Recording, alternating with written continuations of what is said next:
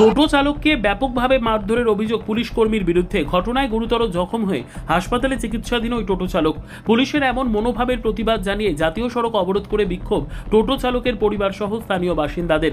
ঘটনায় ব্যাপক চাঞ্চল্য সৃষ্টি হয় মালদার রতুয়ার শামসি বাইপাস এলাকায়। প্রায় 2 ঘন্টা ধরে জাতীয় সড়ক অবরোধ করে বিক্ষোভে ফেটে পড়ে স্থানীয় বাসিন্দারা।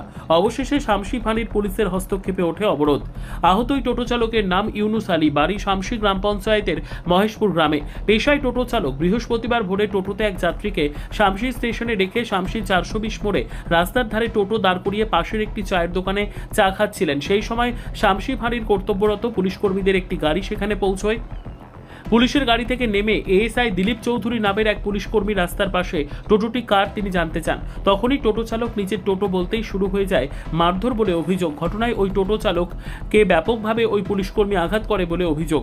গুরুতর অসুস্থ ওই টোটো চালককে স্থানীয়রা শামসি গ্রামীণ হাসপাতালে ভর্তি করেন। পরে শারীরিক অবস্থার অবনতি হলে তাকে মালদা মেডিকেল কলেজ হাসপাতালে স্থানান্তরিত করা হয়। আমাদের বাড়িতে স্টেশনে রাখতে এলাম লোককে বাড়ি থেকে রাখার পরে দিলীপের দোকান খোলা থাকে। আসার সময় বাড়ির আগা দিকে ওর দোকানের সামনে একটা খালি খাস্তা দিয়েছি, খাস্তা কান্না খাইনি।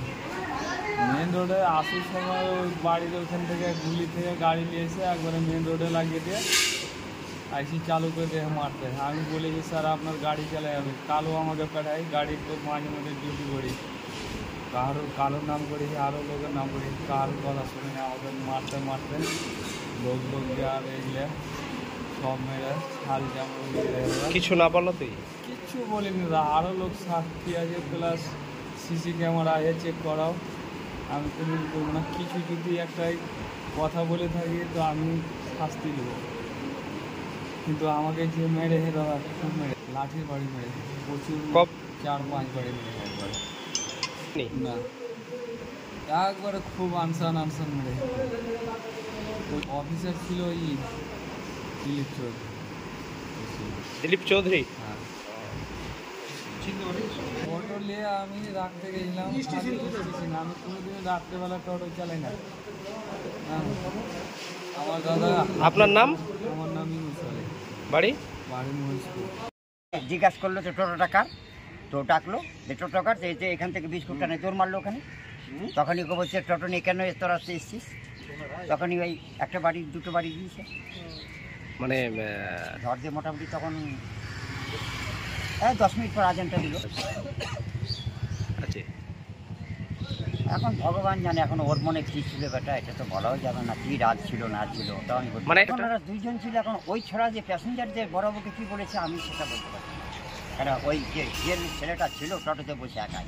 আচ্ছা, মানে ও যে কী বলেছে বেটা এটা তো বলা যাবে না, এটা তার কিছু বলতে পারছি না। ওই ছাড়া যে কিছু বড়বাবুকে বলে থাকে তো ওটা আমি শুনি, ওটা কিন্তু বেটা আমি শুনি। আচ্ছা, এখন ওর রাগটা এরপরে ঝেড়ে দিল না কি ভগবান জানে।